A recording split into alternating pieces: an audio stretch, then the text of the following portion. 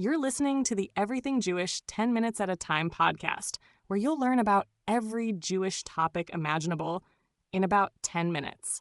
Before we dive in, a quick apology in the spirit of Jewish humor. My Hebrew pronunciation sometimes comes out sounding like I swallowed a radio-static machine. That's because, well, I'm not a real person. I'm an AI-generated voice, and Hebrew words can trip me up like a bagel on roller skates. So if I say something that makes your Hebrew teacher cringe, blame the programming, not the prophet. With that out of the way, today's topic is the book of Habakkuk. Yes, Habakkuk. Say that 5 times fast, and you'll feel like you're sneezing in stereo.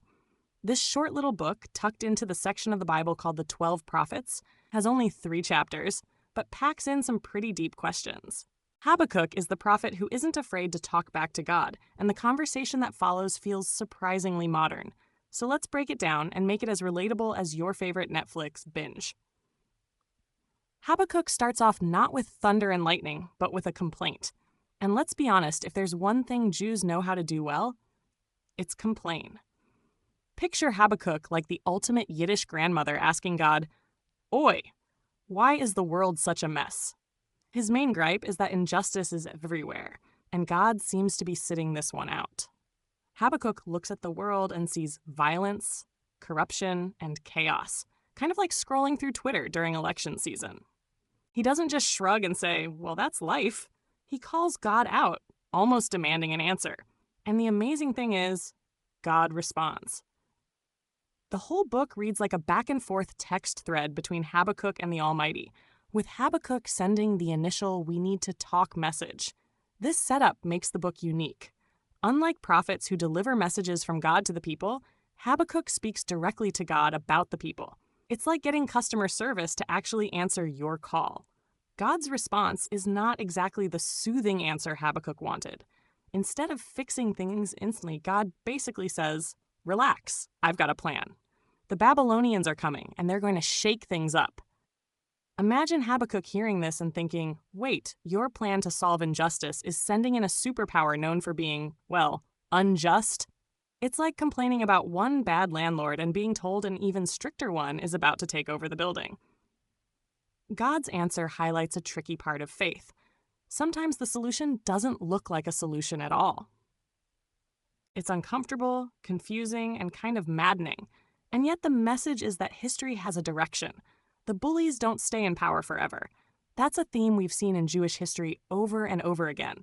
Empires rise, empires fall, but somehow the Jewish story continues.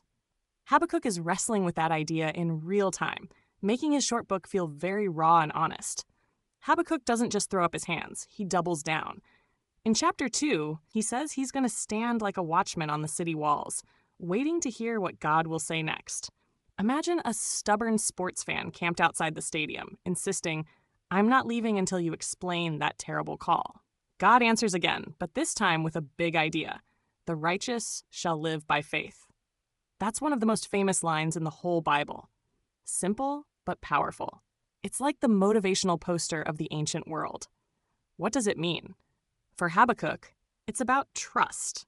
Holding on to faith, even when the world looks upside down. You don't need to have all the answers, but you do need to hang on. This line has had a huge influence, not just in Judaism, but also in Christianity. But at its core, it's a Jewish reminder that belief is not about everything making sense in the moment. It's about trusting that the story is bigger than what we see. Now here's where the poetry kicks in. Chapter 2 rolls out a series of woes, which sound like ancient mic drops. Woe to him who piles up stolen goods. Woe to him who builds a town with bloodshed. It's the biblical version of calling out corrupt CEOs on social media. The language is sharp, almost sarcastic, painting a picture of the mighty eventually collapsing under their own weight. Think of it like every movie where the arrogant villain spends 2 hours gloating, only to slip on their own banana peel in the final act. Habakkuk is saying, don't be fooled by their temporary success. Justice will catch up. And that's a theme that never goes out of style. Whether it's ancient Babylon or modern scandals, people who exploit others don't get the last laugh. For an oppressed people, hearing these words was like getting a pep talk before the big game. Yes, the Babylonians look scary now, but their time will come. By chapter 3, Habakkuk makes a shift. He moves from questioning to singing, from complaining to praying. The entire chapter is written like a psalm, full of vivid imagery. God is described like a cosmic warrior striding across the earth, making mountains quake and rivers split. It's so dramatic, you can almost imagine it as a movie trailer with slow-motion explosions and a booming soundtrack. Habakkuk is reminding himself and his listeners of God's past victories. If God has acted before, he can act again. It's the biblical version of scrolling through your highlight reel when you need a confidence boost. What's most striking is the ending. Habakkuk admits that even if the fields are barren, the vines don't produce grapes, and the stalls are empty, he will still rejoice in God. That's a radical kind of faith. Celebrating not because everything's fine, but because you trust that everything eventually will be. So why does Habakkuk matter today? Because he's asking the same questions we still ask. Why do the wicked prosper? Why does injustice seem to go unchecked? Why do good people suffer? These are timeless issues, and Habakkuk shows us that it's okay to bring those questions directly to God. Faith isn't about ignoring doubt, it's about wrestling with it. Think of Habakkuk as the spiritual ancestor of anyone who's ever shouted at the sky, "Why is this happening?" He gives permission to be real, to express frustration, and to demand answers. In a way, his book models a healthy relationship with the divine. Just like in human relationships, honesty beats fake politeness. Habakkuk proves that God can handle our hardest questions. That's a pretty comforting thought, especially when life feels like a giant pile of unanswered emails from the universe. Culturally, Habakkuk's message has echoed through Jewish thought and beyond.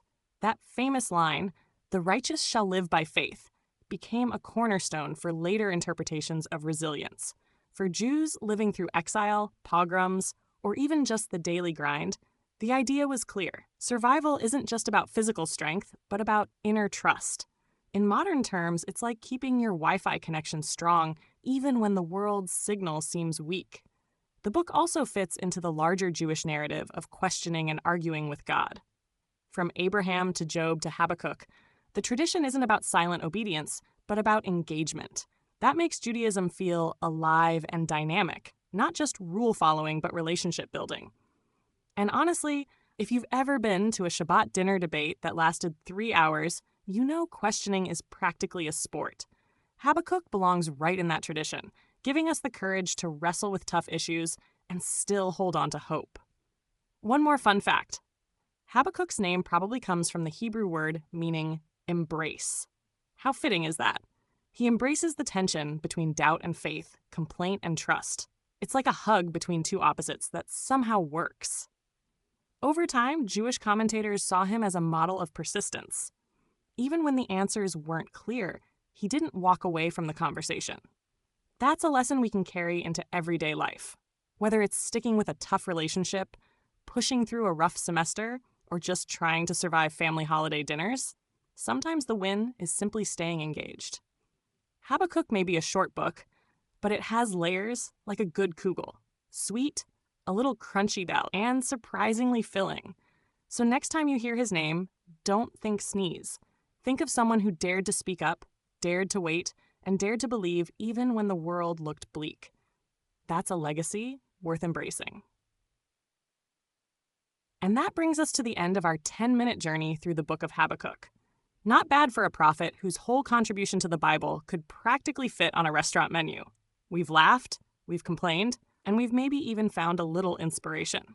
If you take nothing else away, remember this. Faith doesn't mean pretending everything is fine.